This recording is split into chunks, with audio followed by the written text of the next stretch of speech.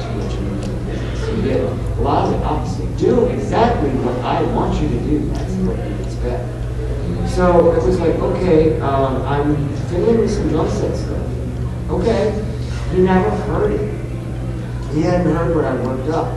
And I don't think we had a proper rehearsal or sound check. No, we had a disaster because it took set up. So he heard my contribution to Metal Gear for the first time in the very first performance on stage. And that video is worth watching because you can see basically his head just blowing up. Oh my God! And it's only you ripped your shirt off. Yeah. That is the only event that I have ever DJ'd in my life. You're getting close to it this time too. I was. For 9 years, where I've ever lost my shirt at a performance.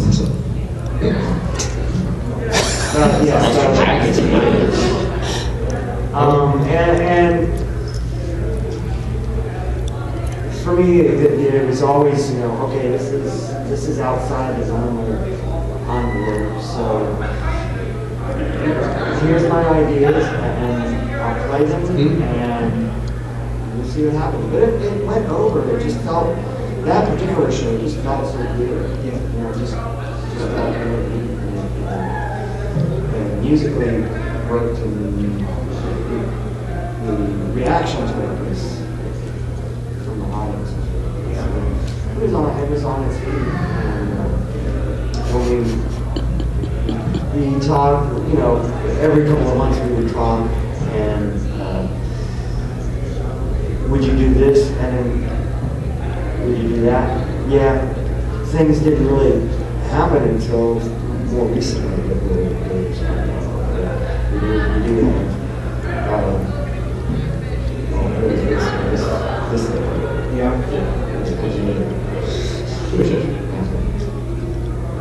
So here we are.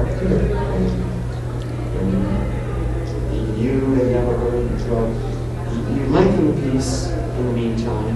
I worked up what I was going to play and changed what I played before. So nobody had really heard anything other than the raw mix that Jesse had made. So we all knew what that sounded like, but I had no idea of what was going to happen from the violin. And there was times when I was kind of in my zone. And when you have to play drums to a pre-recorded music, you really have to focus on how fast the music is going. It's very easy to get lost, or to play too fast, or to play too slow, and then you're really in trouble. So it's really kind of God.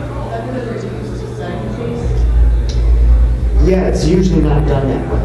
It's usually, in most recording situations, they'll record the drums first and all other instruments will follow. So it's,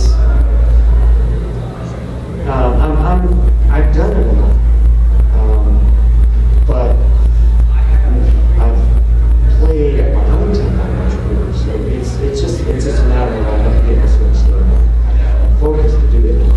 So and since yesterday was the first time we were in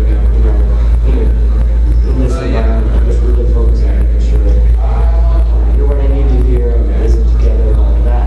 And what was that?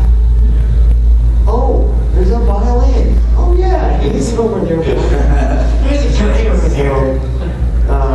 But it was plastic. It was not. It's all come together this thing. I don't know. It's Jesse's brainchild at this point. So I'm just taking what's thrown at me and saying, sort of. Yeah, and I can do this, and I can do that. And, yeah, okay. And now we've got this other element. It's kind of fun.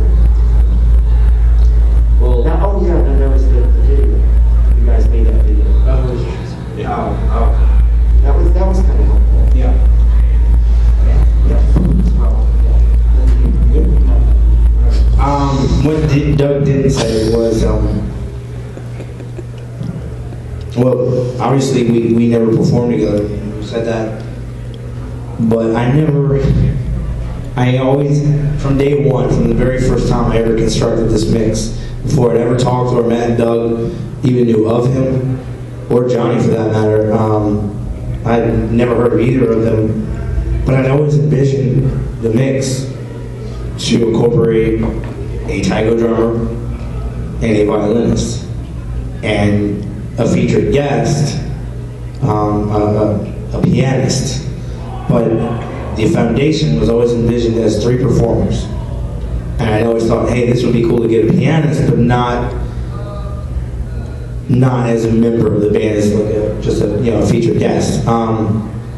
And it was kind of like a fine wine, really. I guess this is what, 2 years in the making, a year and a half in the making, June of 08? Well, whenever AMA was. AMA 09 happened in June of 09. So a year and a half, I guess. Yeah. A year and a half in the making. I met Doug. Twice. Yeah, I met Doug, and we did our show, and I knew that because we were limited by the fact that we didn't.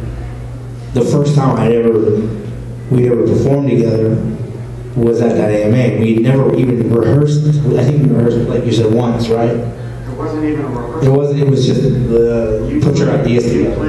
You played some, and I played the drums to it to see what it would sound like. Yeah. I guess the biggest challenge is I never set out to control what it was going to become. And I knew that because we all live really far apart from each other, that if I tried to control the direction of where this project went, I knew that, well, what happens when a lead singer tries to control the band? You have Creed. I just knew that the saying goes, good help is hard to find. Well, when you find it, you better treat it well. And I wanted Doug to do what he did best, and I know nothing about what he does from a creative standpoint. I know I just know from seeing what he does. And I was just thinking my whole, I guess, philosophy or attitude towards Doug was, I should never presume to tell you what to do with your craft that I know nothing about. So it was really about trust and communication. It was really like when you see talent, many times you know it. And I knew Doug was going to be a guest at AMA. I knew he was in the taiko drumming. After I made the mix, and one of the young ladies that runs Cosplay Masquerade, Stephanie Brown, thank you. I knew her for years, and she was like, oh, Doug works at my, dojo, and he does, drums, and he's the guest at AMA. I said, I need to talk to that guy.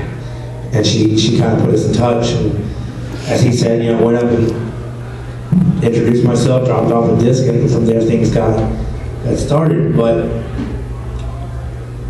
the only way it happened, the only way was, I was fortunate enough to be able to spot not only good talent, but good human beings. I mean, I really believe that because most everybody's always heard about problems with bands, breaking up bands, drama, this, and just major problems. Especially like this, we all live so far apart. So I knew trust was going to be very, very key, and I also knew that letting each artist do their thing, do what they did best, was the only way this was going to happen. I mean, I don't know anything about the violin. I don't know anything about drummers. So I would never presume to tell them, do that, or it has to be this way.